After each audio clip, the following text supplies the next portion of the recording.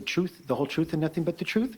I do. Sworn in and ready to tell his side of the story. There are real concerns and feelings involved. The Prime Minister's testimony, a defense of himself, his officials, and how intelligence agencies handled foreign meddling in the past 2 elections.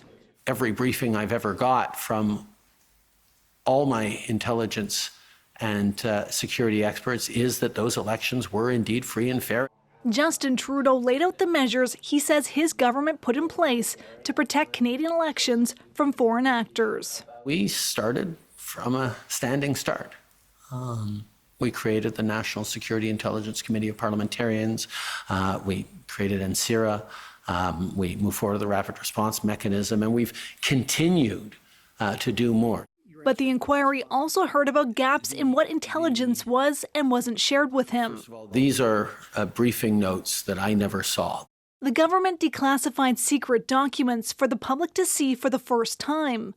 But Trudeau said some of that intelligence didn't match what he was told during briefings. So this reporting of an expressed preference by certain PRSE officials for a Liberal minority, was that something of which you were aware at the time? No.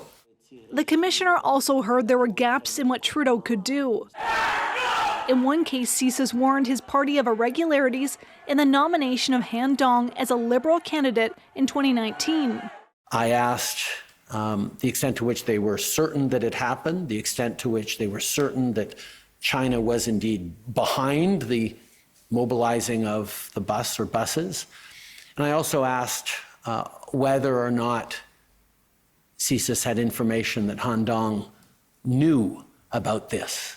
And the answers were not clear from CSIS at that point. He said CSIS also warned the information must remain a secret. This was secret information that we could not share. Trudeau's high-profile testimony was supposed to be the last at this stage of the inquiry, but in a rare move, the commissioner agreed to call back the head of Canada's spy agency to clear up some contradictions that the intelligence agency said in a key document and what the Prime Minister says he was told. Ashley Burke, CBC News, Ottawa. Let's bring in Chief Political Correspondent Rosemary Barton. So, Rosie, the opposition pushed for this inquiry, but Justin Trudeau had his own political points clearly to make. Yeah. For sure, Adrienne. He was really trying to reclaim the narrative about this issue of foreign interference after, remember, the government was pummeled on this for like half of last year and really damaged by the idea that it was not taking any action to prevent it. This was not a combative prime minister, but one who was trying to explain what his government had done to prevent it, how he takes in intelligence, what he does with it. And certainly all of that came across, but it also exposed the weaknesses of the system.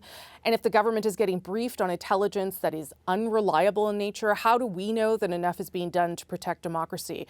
At one point, Justin Trudeau was also asked to talk about the concerns Canadians have about that. And he really tried to position himself as the person best set to defend it. And that was a very political statement, because that is an area where the Liberals believe they may have some ground to gain over the Conservatives. So there have been days and days of testimony now by various officials and politicians. It can get confusing. Where does all of this leave us? Yeah, it unfortunately leaves us, I think, with a lot more questions about how information is shared and how best to protect the people who are vulnerable to this interference. Diaspora communities, candidates, are those communities getting enough information? Are intelligence agencies doing enough to share the information to further limit attempts? And I think the other question you could have at the end of today is, why didn't the government allow for a public inquiry to begin with? It could have saved itself a lot of political damage, and it could have saved Canadians a lot of worry about the integrity of the system. All right, Rosie Barton in Ottawa, thank you. Thanks, Adrienne.